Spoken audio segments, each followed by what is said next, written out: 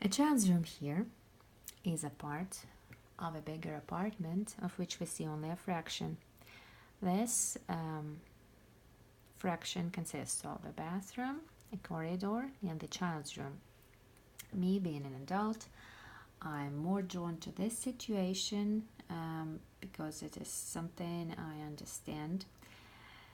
And anyway, I like what I see here. A husband has just come home from his night shift.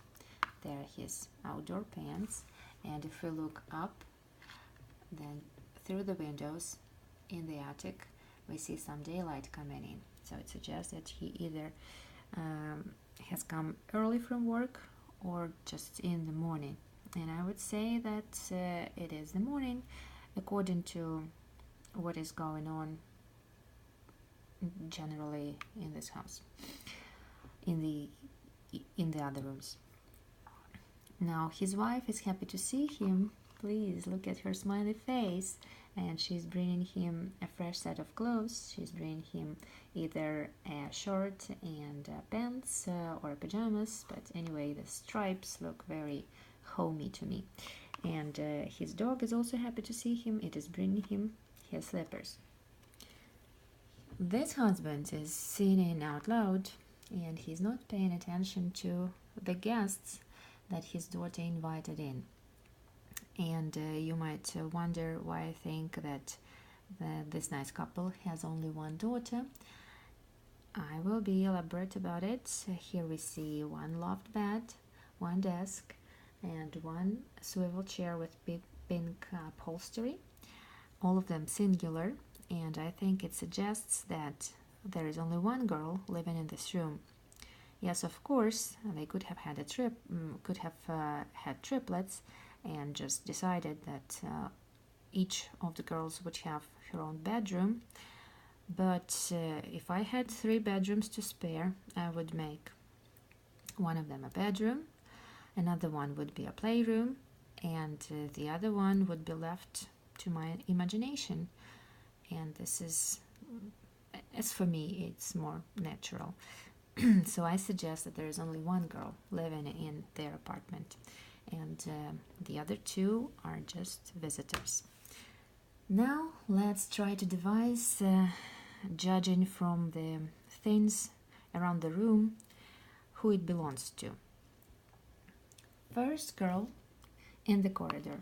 She is definitely a visitor, and I like her very much because of her past behavior. She's passing the open door to the bathroom with a naked man sitting, and she pays absolutely no attention to it. She is very determined to go to the room of her friend. She's holding the string of a green balloon with red heart and purple flowers with yellow medals. She is dressed in a nice dress and some shoes. She's about to enter through the flush door with no need to press the lever handle because the door is already semi-open, suggesting that someone has just come in. In the corridor we also see a picture, and unfortunately it's impossible to say what is in the picture apart from the top of it being the Ukrainian flag. And here we see a light switch. I think this light switch is for the corridor. When this girl enters the room, she would see first the blue wardrobe with red handle, and I think it contains all the clothes of the sole inhabitant of this room. Now the next thing she would see is a toy cabinet with shelves, compartments, and drawers. And I really admire the mother here because she made it color-coded, and I'm sure she separated the toys judging by categories, according to some principle. The only thing we see here in the red drawer, we see the teddy bear, and we also see a ball, a pyramid, several books, very girly in color, pink, violet, and rosy.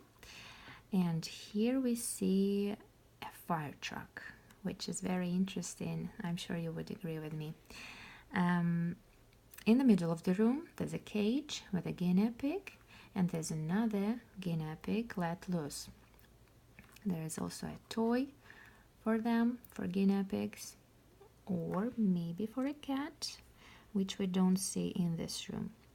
Anyway, it looks like a thread and a piece of paper. Now, also in the room, we see this revolving chair. Yeah. Maybe you don't know, it has a gas lift to adjust the height of the seat. Also, on the side of the desk, there's a hook and there is a backpack hanging on it. Also, we see a clip-on lamp.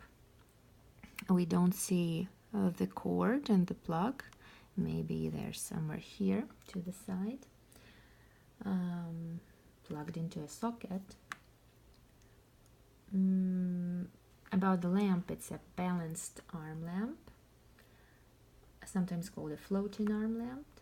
It's just an adjustable folding arm. And judging from the construction, it's a pressure and friction lamp. So this lamp sort of hovers over a half-bitten apple, a teddy bear, a desk tidy, and a pencil case.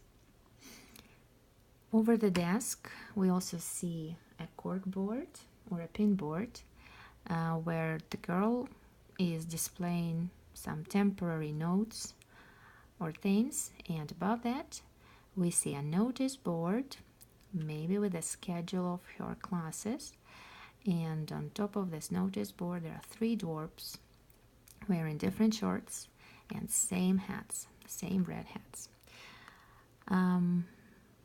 Next to it we see an organizer with a mirror, lots of pockets with different patterns, some of them stuffed, some of them empty. Anyways, looks like it is used good. Below it we see a trash can. Now, speaking about what we see here, we see a loft bed with a ladder and a slide.